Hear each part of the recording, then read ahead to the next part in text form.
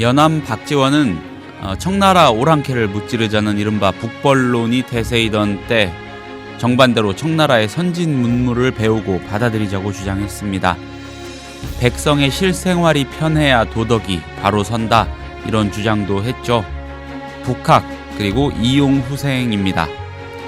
이것만으로도 연암은 거대한 지식인이지만 이게 다는 아닌 것 같습니다. 중화론의 아류인 소중화론의 허위에서 벗어난 평등한 사회를 꿈꿨고 보통 사람들의 인간적인 삶을 누구보다 중시했습니다. 국민TV 라디오 30분 책 읽기 1월 13일 월요일 순서 시작합니다.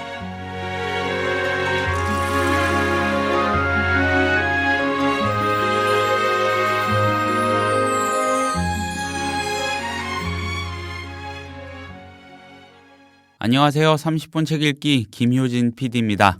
월요일인데 무겁지 않게 출발들 잘 하셨는지 모르겠습니다. 오늘은 이윤호의 고전 읽기가 준비돼 있습니다. 기대가 많이 되는 고전입니다. 연암 박지원 기록의 총화라고 하죠. 연암집입니다. 이윤호 선생 바로 모시고 연암집에 관한 얘기 들어보겠습니다.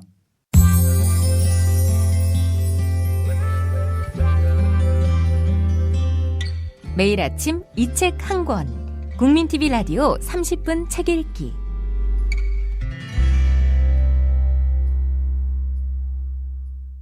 선생님 안녕하세요. 예, 안녕하세요. 예, 요즘 많이 바쁘시죠? 뭐 이래저래 그렇습니다. 예, 강연도 많이 다니시죠? 예. 예, 강연에서도 고전 얘기 많이 하시나요? 주로 그렇죠. 제가 뭐 사실 아는 게 없어서요. 그냥 읽었던 책들 가지고 얘기하는 게 뭐 대부분입니다. 아, 요즘 모시기가 쉽지 않은 분인데 그래도 앞으로도 좋은 말씀 많이 부탁드립니다, 선생님. 예. 오늘 연암집, 예, 박지원 기록의 총화, 뭐 이렇게도 평가가 됩니다. 예, 그렇죠. 먼저 그 박지원에 대한 이야기를 좀 잠깐 드릴까 하면요. 사실 네. 박지원은 우리가 우승과 해악의 작가로 많이 알려져 있지만 네. 평생을 우울증과 불면증, 우울증과 불면증이요? 예, 그런 걸로 평생을 괴로움을 당하면서 살았죠.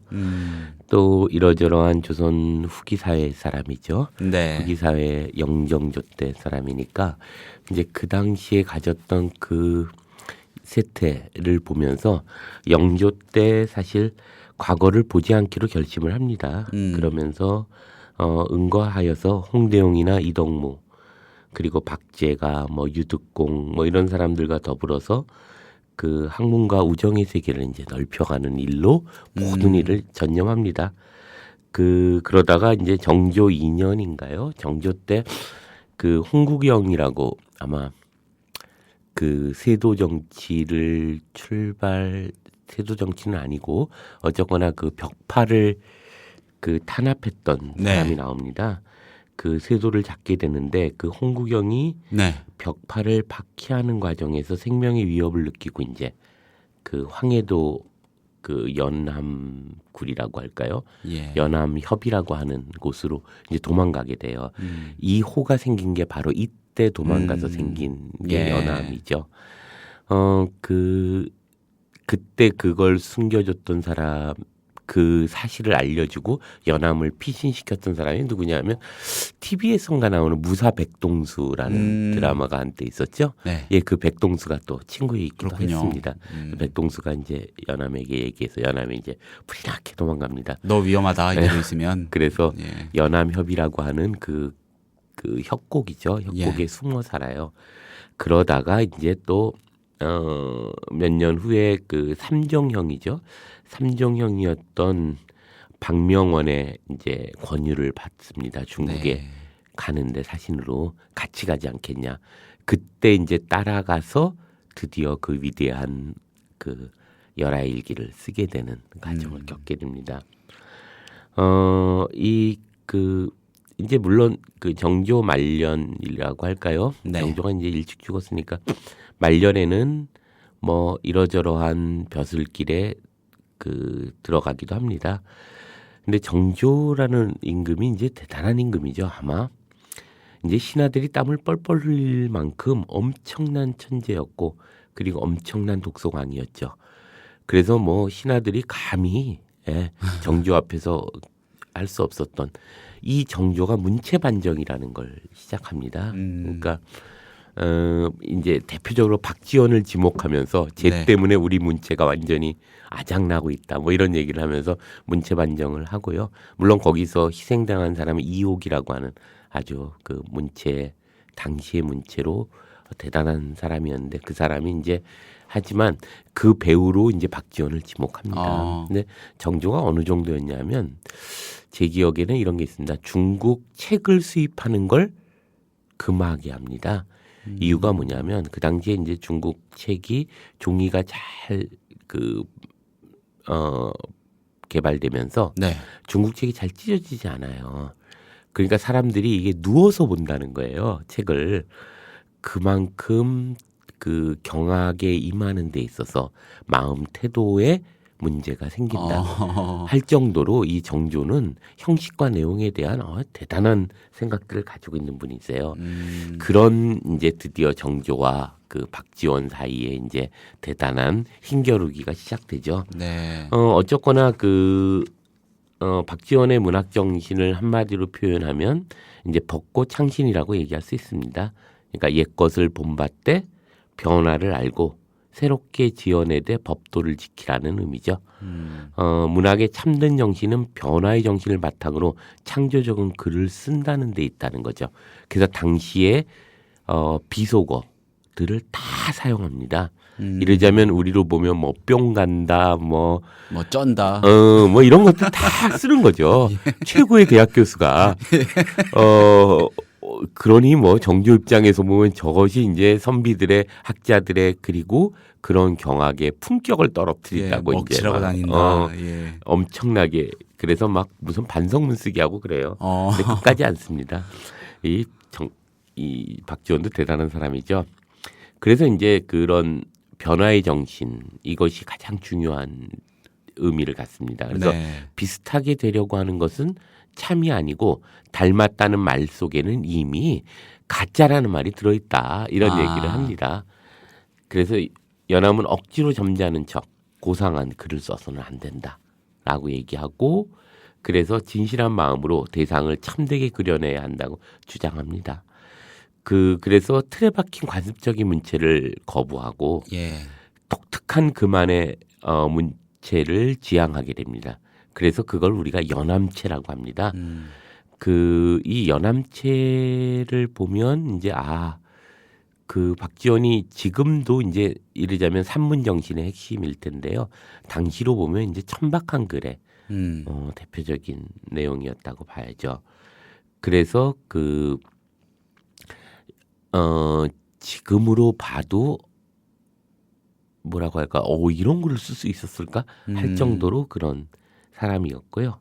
그리고 특히 연암체에서 중요한 것은 옛날 저곳이 아닌 지금 여기를 얘기해야 한다는 데 있습니다. 즉 그래서 진정한 문학 정신을 구현한다는 것은 바로 현재의 조선. 그래서 이를 일러 조선풍이라고 합니다. 조선의 노래라는 얘기죠. 그럴 만큼 이제 연암에게 있어서는 자기의 이제 어떤 사상이 명확하게 서 있었고 결국 그의 사상이 이제 열하일기에 보면 집대성되어 있다고 봐야죠. 그리고 그러한 연암은 그 전에 있었던 북벌론, 이러자면 병자호란 때 당했던 것을 이제 기억하면서 북벌을 해야 된다고 생각했던 그 북벌론이 얼마나 한심한 생각이며 그리고 그것이 깨지지 않는 한 조선의 발전은 없다라고 생각했던 사람이죠. 그래서 이용후생 정신, 실학 정신의 대표적인 학자이기도 합니다. 그래서 그런 얘기를 하기도 해요. 재밌는 것 중에 하나가 이제 후학 중에 이런 창강 김태경 선생은 이 연암을 보면서 그런 얘기를 합니다. 태계와 율곡의 도학, 충무공 이순신의 용병술과 더불어서 조선의 세 가지 우뚝한 일이 뭐냐라고 얘기할 때 바로 이 연암의 문체를 얘기합니다. 그래서 문장가로서의 연암, 이것은 조선의 우뚝 것을 세 가지의 요소 중에 하나이다 라고 할 정도로 이것은 뭐 대단한 의미들을 가지고 있다고 봐야 합니다. 이 연암의 그 특히 연암지 별권에 있죠. 열하일기는 그 핵심 사상을 보여주고 있는데 아까도 말씀드렸듯이 곧 백성들의 삶을 이롭게 하자는 이용후생 그리고 청나라의 우수한 물물을 적극적으로 배워 가난한 조선의 현실을 바꾸자고 얘기하는 북학운동이 그것의 의미이고요. 허생전에 보면 북본론의 허구성이나 그런 그 양반 사대부의 무능 그리고 상공업의 중요성 그다음에 이상사회 건설 등의 주제의식들이 그 안에는 잘 들어가 있다고 봐야죠. 네. 그중에 한 편 정도를 잠깐 읽어보는 게 어떨까 싶은데요. 네. 이 사람은 그러니까 연암은 이렇게 은유적인 어떤 것들도 많이 사용하는데요. 재밌는 것 중에 하나가 이제 사마천과 나비 잡는 아이라는 그 짧은 글이 있습니다. 나비 잡는 아이요. 예, 나비 잡는 아이. 그러니까 이렇게 이야기가 진행되는데요. 좀 네. 짧아서 좀 전체를 읽어보면 그대가 사마천의 사기를 읽었다고 하니 그 글만 읽었지 그 마음은 읽지 못했습니다. 왜냐고요? 황후봉기를 읽을 땐 제후의 군대가 성벽 위에서 초나라 군대의 싸움을 구경하던 장면을 떠올리라거나 자객열전을 읽을 땐 고점리가 축을 연주하던 장면을 떠올리라니 말입니다. 이런 것들은 늙은 서생의 캐캐무그 말입니다. 또한 살강 밑에서 숟가락 줍는 것과 뭐가 다르겠습니까? 어린아이가 나비를 잡는 것을 보면 사마천의 마음을 얻을 수 있습니다. 앞다리는 반쯤 꿇고 뒷다리는 비스듬히 발도듬하며 손가락을 집게 모양으로 해서 다가갑니다. 잡을까 말까 망설이는 순간 나비는 날아가고 맙니다. 사방을 둘러보니 아무도 없기에 겸언쩍어 씨굿다가 부끄럽기도 하고 속상하기도 합니다. 이것이 사마천이 사기를 저술할 때의 마음입니다. 이게 무슨 말인가 이런 생각을 하게 되는데요. 네. 그러니까 나비를 잡는 아이의 마음이 되어서 그 사마천의 사기를 보면 그 사마천을 이해할 것이다. 이런 얘기를 하는 겁니다. 이러자면 이런 거죠. 사마천은 궁영을 당하고 나서 그 억울한 심정을 저술에 담아서 사기를 완성한 인물이죠. 네. 그래서 이제 그 뒤에 보면은 모든 글 뒤에 자기의 이야기가 쫙 있고 그다음에 첫 번째 이야기가 이제 백이열전이라고 하는 이야기부터 시작되는 게 바로 자기의 그런 우울함들을 반영하고 있는 것을 이야기하기도 합니다. 근데 이 연암은 그런 얘기를 하는 거죠. 사마천의 마음을 읽으려면 어린아이가 나비 잡는 상황을 살펴야 한다. 이게 참 신기한 재밌는 얘기인데요. 아이가 나비를 잡으려고 살금살금 다가갈 때 그 눈과 마음은 오직 나비에게만 집중한다는 거죠. 그래서 잡았다고 생각하는 순간 나비가 이제 훅 날아가 버리는 거죠. 그랬을 때 무한한 마음에 씨 굳다가 분한 마음에 속상하기도 하고 화가 나기도 한다. 그곳에 바로 사마천의 마음이 있고 마음을 읽는 것이 진정한 책 읽는 것이다. 이런 얘기를 하는 거죠. 그래서 책 읽기의 방법을 말하고 있는데요. 그 저자의 마음이 되어봐라. 근데 그 비유가 정말 양반으로서 할 수 없는 비유들이죠. 나비를 잡는 아이에 대한 비유를 얘기하면서 이제 얘기를 하고 있습니다. 그 표현조차 파격이었던 건가요? 그럼요. 시대에는? 당시로 보면 뭐 그렇죠. 대부분은 이제 텍스트 안에서 얘기를 하죠. 뭐 예를 들면 자객열전에서 위에 나오듯이 자객열전에서 이러이러한 것을 가지고 근데 그것은 저기가 볼 때는 그냥 한강의 수저를 찾는 일 정도다. 그거 그렇게 읽는 거 너무 캐캐묵은 얘기다. 뭐 이런 얘기거든요. 그러니까 그 마음으로 가려면 아이가 그 나비를 잡는 것 같은 어떤 마음이 되어야 한다. 이런 얘기를 합니다. 되게 감각적이기도 한 것 같아요. 예, 어떤 그렇죠. 측면에서는. 네. 예. 그 또 하나는 이제 벗을 사귀는 방법이라고 하는 산문이 있어요. 그 잠깐 먼저 배경을 좀 말씀드리면 네. 그 홍대영이 이제 그 중국에 가서 거기서 이제 벗을 사겨 가지고 옵니다. 그래서 건정동회우록이라고 하는 연행을 따라간 홍대경이 북경에서 만났던 3명의 친구들과 네. 이야기를 하면서 3사람을 만나서 우정을 나누게 됩니다. 그 네. 얘기를 기록한 거죠. 그것의 서문에 박지원이 쓴 얘기예요. 그런데 이 얘기에는 어떤 의미가 있냐면요. 그런 그 오랑캐 나라, 그 당시에 북벌론이 우세했으니까요. 네. 오랑캐 나라에 가서 친구를 사귄단 말이야. 홍대영한테 엄청난 비난이 쏟아집니다. 당시에. 그것을 옹호하고 그것을 어떤 막아줬던 일이죠. 그래서 그 머리를 깎고 변발한 오랑캐의 땅의 사람들과 어울렸다는 이유에 엄청난 비난이 쏟아지지만 그러한 것에 대해서 연암은 이제 적극 옹호하게 됩니다. 진정한 사귐이라는 것이 국경과 나이, 신분과 이해관계를 초월해서 마음과 마음으로 만나는 것이고 그간에서 도를 논한다면 그거야말로 진정한 친구가 아니겠느냐 이런 얘기를 합니다. 그래서 그런 그 당시에 어떤 사대부들의 갖고 있는 허례의식, 허위의식 이런 것들에 대해서 정면으로 쌓았던 글 중에 하나가 이 벗을 사귀는 방법에 대한 얘기인데요. 이런 얘기를 합니다. 이게 조금 기니까 그 중간부터 잠깐 보면요. 네.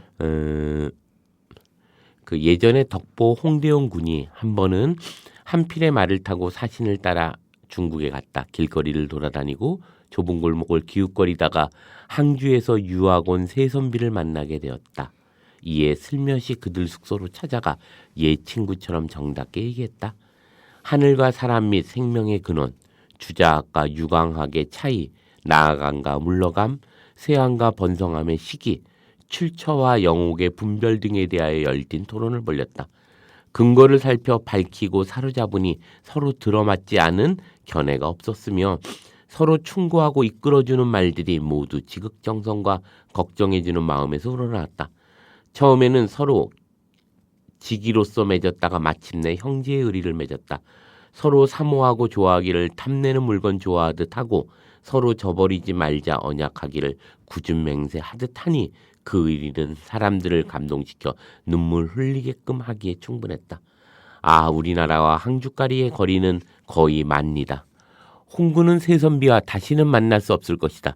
그런데 전에 자기 나라에서 지낼 때는 같은 마을에 살면서도 서로 알려고 하지 않다가 지금엔 만리 넘어 사람을 사귀며 전에 자기 나라에 지낼 때는 종족이 같은데도 서로 사귀지 않다가 지금엔 다시는 보지 못할 사람으로 벗을 삼고 전에 자기 나라에 지낼 때는 언어와 옷차림이 같아도 서로 벗하지 않다가 지금엔 갑자기 언어가 다르고 옷차림이 다른 사람을 친구로 인정함이 어찌된 일인가. 홍구는 근신스러운 낯빛을 띠더니 잠시 후 말했다. 내 감히 우리나라에 그럴 만한 사람이 없어 친구를 삼지 못했다는 말이 아니네. 참으로 처지에 제약되고 습속에 얽매이게 되니 마음이 답답하지 않을 수가 없었네. 내 어찌 중국이 옛날의 중국이 아니며 그 사람들이 옛날의 전통 옷차림이 아니라는 것을 모르겠나. 비록 그렇기는 하나 그 사람들이 살고 있는 땅이 어찌 요, 순, 우, 탕, 문왕, 무왕, 주공, 공자가 밟던 땅이 아니겠나. 그 사람들이 사귀는 선비들이 어찌 제, 노, 연, 조, 오, 초, 민, 촉을 널리 보고 널리 논일던 선비들이 아니겠는가. 그 사람들이 읽은 책이 어찌 고대 중국의 하은주 3대 1에 온 세상 모든 나라에 지극히 많은 서적이 아니겠나. 제도는 비록 변하나 도덕과 의리는 달라지지 않으니 이른바 옛 진국이 아니지만 또한 그 나라 백성으로는 살지언정 신하는 되지 않겠다는 사람이 어찌 없겠는가. 그렇다면 저들 세 사람이 나를 볼 때에도 중국인과 오랑캐로 구별해 입장이 드러나고 신분의 위계가 손상되는 것을 싫어하는 마음이 없지 없었겠나. 그러나 번거로운 거칠애를 깨트려버리고 진정을 끄집어 드러내 속마음을 털어놓았으니 그 도량의 넓고 큼이 어찌 소문과 명예와 세력과 이익에 좀스럽게 매달리는 무리들과 같겠는가. 이어서 새 선비와 이야기한 것을 모아 만든 3권의 책을 꺼내 내게 보여주며 말했다. 자네가 서문을 쓰게. 나는 다 읽고 나서 감탄했다. 꿰뚫었구나 홍군의 벗을 사귐이. 내 지금에야 벗 사귀는 법을 알았노라. 그가 누구를 벗하는가를 관찰하고 그가 누구의 벗이 되는가를 관찰하며 또한 그가 누구를 벗하지 않는가를 관찰해 나는 벗을 사귀리라. 이런 내용입니다. 이 과정에서 보면 네. 이 안에 이제 뭐 속어 그 당시로 비어 이런 것도 들어가 있지만 재밌는 건 정말 그 오랑캐를 사귀고 온 친구를 네. 옹호하는 그 연암의 태도. 물론 홍대웅 역시도 대단한 사람이지만요. 그런 연암이 기꺼이 거기에 서문을 써주고 있다는 사실이 대단한 일은 아닌가 이런 생각을 하게 됩니다. 글쓰기의 요령에 대해서 이제 연암이 얘기한 글을 보면 네. 또 아주 재밌습니다. 잠깐 한번 읽어보면요. 네. 글을 잘 쓰는 자는 병법을 아는 걸까? 비유하자면 글자는 군사고 글의 뜻은 장수다. 제목은 적국이고 고사를 끌어들이는 것은 싸움터의 보루다. 글자를 묶어 구절을 만들고 구절을 모아 문장을 이루는 일은 대오를 이루어 진을 치는 것과 같다. 운에 맞춰 소리를 내고 문체로 빛을 내는 것은 진과 북을 울리고 깃발을 날리는 것과 같다. 조응음 봉하고 비유는 유격병이다. 억양 반복은 맞부터 싸워 모조리 죽이는 것이고 글이 첫머리에 제목의 의미를 밝히는 파제를 하고 마무리를 하는 것은 성벽에 먼저 올라 적을 사로잡는 것이다. 함축을 귀하게 여김은 늙은 병사를 사로잡지 않는 것이고 여운을 남기는 것은 군대를 정돈에 개선하는 것이다. 무릇 장평 땅에서 죽은 조나라의 군사들은 용맹함의 여부가 예전과 달라진 것이 없고 활과 창의 예리함이 이전과 변한 것은 없었다. 그러나 연파 장군이 거느리면 제 앞에 이기기에 충분했고 조갈이 거느리면 스스로 죽을 구덩이에 들어가기에 충분했다. 그러므로 군사를 잘 쓰는 장수에겐 버릴 군사가 없고 글을 잘 쓰는 자에게는 따로 가려 쓸 글자가 없는 것이다. 진실로 훌륭한 장수를 얻으려면 호미, 곰방매, 가시랭이, 창자루도 굳세고 사나운 무기가 되고 헝겊을 찢어 장대에 매달아도 사뭇 정체가 새로운 깃발이 된다. 진실로 이 이치를 터득하면 집안에서 쓰는 상스러운 말도 학교에서 가르칠 수 있고 동요와 속담도 고상한 의미에 넣을 수 있다. 그러므로 글이 좋지 못한 것은 글자의 죄가 아닌 것이다. 저 글자나 구절이 우아한지 비속한지나 평하고 문장이 높네 낮네 따지는 자들은 모두 상황에 맞게 변화시키는 기미와 적을 제압하는 저울질을 모르는 자다. 비유하면 용맹스럽지 못한 장수가 마음에 미리 정한 계책이 없어 갑자기 제목을 만나면 견고한 성을 우뚝 맞닥뜨리는 것과 같다. 눈앞에 북과 먹은 산의 풀과 나무에 질의 기가 꺾이는 것이 되고 마음속에 기억하고 외우던 것은 모래 속의 원숭이와 학이 된 모강의 군사들처럼 아예 흔적 없이 까먹고 만다. 그러므로 글을 쓰는 자는 그 걱정이 항상 스스로 길을 잃고 요령을 얻지 못한 데 있다. 무릇 길을 잃어버리면 한 글자도 써내려가기가 어렵고 붓방안만 찍게 되고 요령을 터득하지 못하면 겹겹으로 두르고 쌓아도 오히려 허술함이 있을까 걱정하게 된다. 비유하자면 항우가 음능해서 길을 잃자 애마인 오추마가 달리지 못한 것과 같고 위청이 강거 전차로 흉노를 겹겹이 포위했지만 그 추장은 육라마차로 이미 도망간 것과 같다. 진실로 말이 간단하더라도 요령을 잡게 되면 이소가 눈 오는 밤에 단 한 번의 공격으로 채성을 함락한 것과 같고 한마디 말로 핵심을 뽑아낸다면 조기 장수가 단 3차례 북을 울려 관문을 빼든 것과 같다. 글을 쓰는 방법은 이와 같아야 지극하다 할 것이다. 친구 이중손이 우리나라의 역대 과거 문장을 모아 10권짜리 책을 만들고 이름을 소단적치라 했다. 오라, 이 글은 모두 승리를 얻은 군대이고 수백 번의 싸움 끝에 나온 산물이다. 비록 그 체제와 격식은 같지 않고 정밀함과 조잡함이 섞였지만 각기 승리할 계책을 갖고 있기에 아무리 견고한 성이라도 무너뜨릴 수가 있다.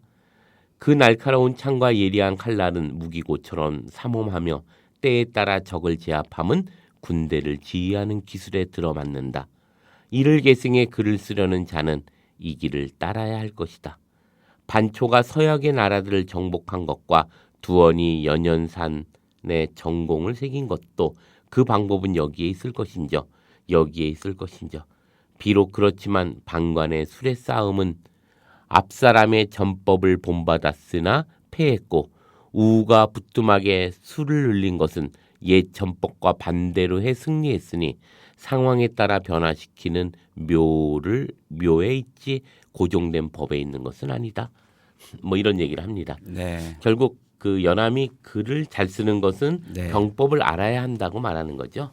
뭐 실학이니 이용후생이니 이렇게 연암 박지원 하면 떠오르는 그 몇 가지 단어로만 기억하기에는 아까운 그런 대단한 인물인 것 산문체예요. 같습니다. 한번 정말 연암 산문집을 한번 꼭 좀 읽어보시면 네, 좋을 듯합니다. 알겠습니다. 오늘 연암집 이야기 잘 들었습니다. 감사합니다. 예, 고맙습니다.